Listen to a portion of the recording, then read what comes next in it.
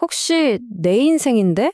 왜 내가 아니라 다른 사람이 써준 대본대로 사는 것 같지?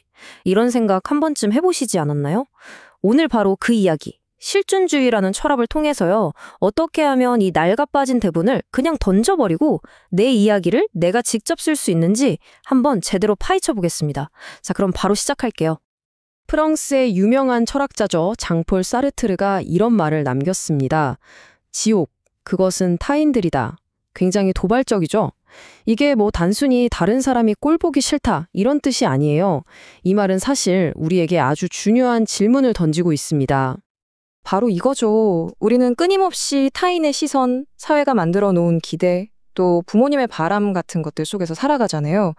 마치 보이지 않는 어떤 규칙에 따라서 정해진 역할을 연기하는 배우처럼 말이에요.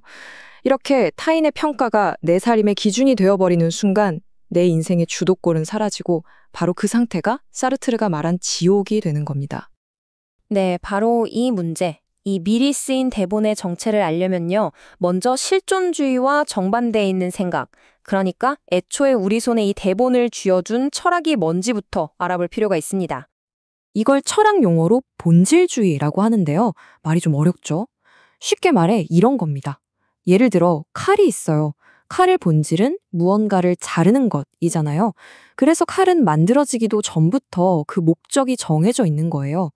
본질주의는 사람도 똑같다고 본 겁니다. 모든 인간은 태어나기 전부터 따라야 할 어떤 보편적인 인간의 본질이라는 게 정해져 있다는 거죠. 자, 보세요. 이 표 하나에 모든 게 담겨 있습니다. 본질주의는 뭐냐? 본질이 먼저, 존재는 나중, 이거예요. 즉, 내 목적이 나라는 존재보다 먼저 정해져 있다. 하지만 실존주의는 이걸 그냥 확 뒤집어 버립니다. 뭐라고 하냐면, 아니, 존재가 먼저고 본질은 그 다음이야. 바로 실존이 본질에 앞선다는 거죠. 와, 이거 진짜 혁명적인 생각 아닌가요?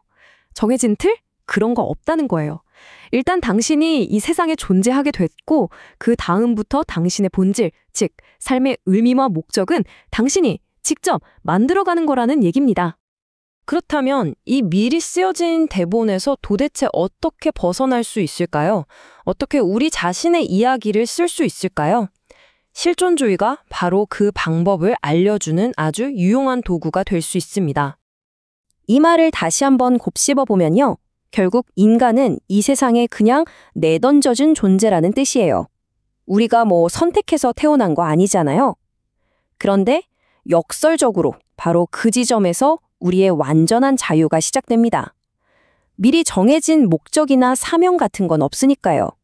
내가 앞으로 무엇이 될지는 전적으로 나 자신의 선택과 행동에 달려있다는 거죠. 철학자 하이데거가 이 existence라는 단어를 아주 재밌게 풀이했는데요. 여기서 X가 바깥으로 나간다, 탈출을 의미하거든요.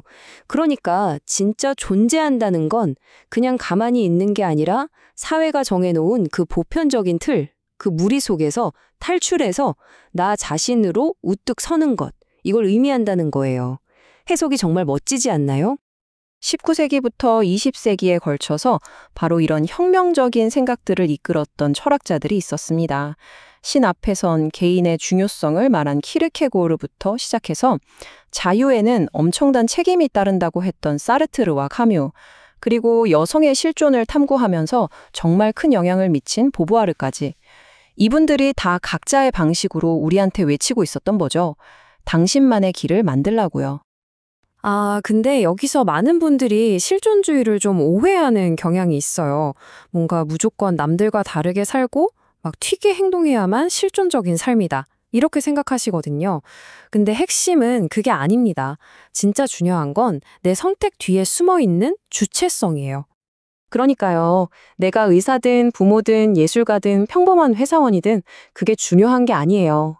만약 그 길이 세상의 기준이나 남의 시선에 떠밀려서 간 게 아니라 온전히 나 스스로의 자유로운 결단으로 선택한 거라면 그 어떤 삶이든 충분히 진정성 있는 삶이 될 수 있다는 거죠. 결국 무엇을 하느냐가 아니라 어떻게 하느냐의 문제인 겁니다. 사르트르가 이 과정을 아주 기가 막히게 3단계로 나눴습니다. 첫 번째가 즉자 존재. 이게 뭐냐면요. 그냥 생각 없이 사는 거예요. 저기 굴러다니는 돌멩이처럼요. 관성대로 사는 거죠. 그러다가 어느 날 문득 나 지금 뭐 하고 있지? 왜 이렇게 살고 있는 거지? 하고 스스로에게 질문을 던지는 순간이 와요. 이게 바로 두 번째 대자존재 단계입니다. 나를 객관적으로 보기 시작하는 거죠.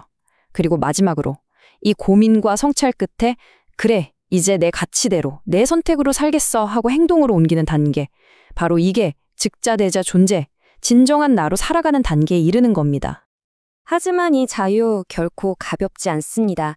모든 걸 내가 선택하고 내가 책임져야 하니까요.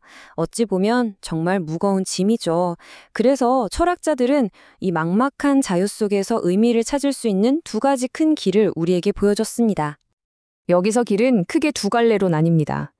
첫 번째는 사르트르가 대표하는 무신론적 실존주의예요. 이들은 신도 정해진 운명도 없다고 말합니다. 그래서 우리는 저주받을 만큼 완전히 자유롭다는 거예요. 그리고 그 막막한 자유 속에서 스스로 의미를 만들어내야 할 무거운 책임을 져야 한다고 봤죠. 반면에 키르케고르 같은 유실론적 실존주의자는 좀 다른 길을 이야기합니다. 사회가 정해놓은 보편적인 규칙을 뛰어넘어서 오직 신 앞에 홀로 서는 주관적인 믿음, 이른바 신앙의 도약을 통해서만 진정한 나를 찾을 수 있다고 주장했습니다. 무신론이든 유신론이든 결국 모든 길은 하나의 결론으로 이어집니다. 당신 삶의 대본을 쓸 수 있는 작가는 오직 당신 한 사람뿐이라는 사실 말이죠. 그리고 이 점을 하이데거의 이 한마디가 정말 멋지게 보여줍니다. 인생에는 정해진 길이나 정답지도 같은 건 없다는 거예요. 남들이 걸어간 길을 따라가면 물론 안전하겠죠. 하지만 그건 내 길이 아니잖아요. 당신이 내딛는 그 한 걸음 한 걸음이 모여서 당신만의 길이 만들어지는 겁니다. 자, 이제 선택은 여러분의 몫입니다. 사회가 주는 안정적인 대본을 그저 따라 읽으시겠습니까? 아니면 조금은 불안하고 막막하더라도 진정한 나를 찾아서 나만의 대사를 외치시겠습니까? 이 질문에 대한 여러분의 대답이 바로 여러분의 인생이 될 겁니다.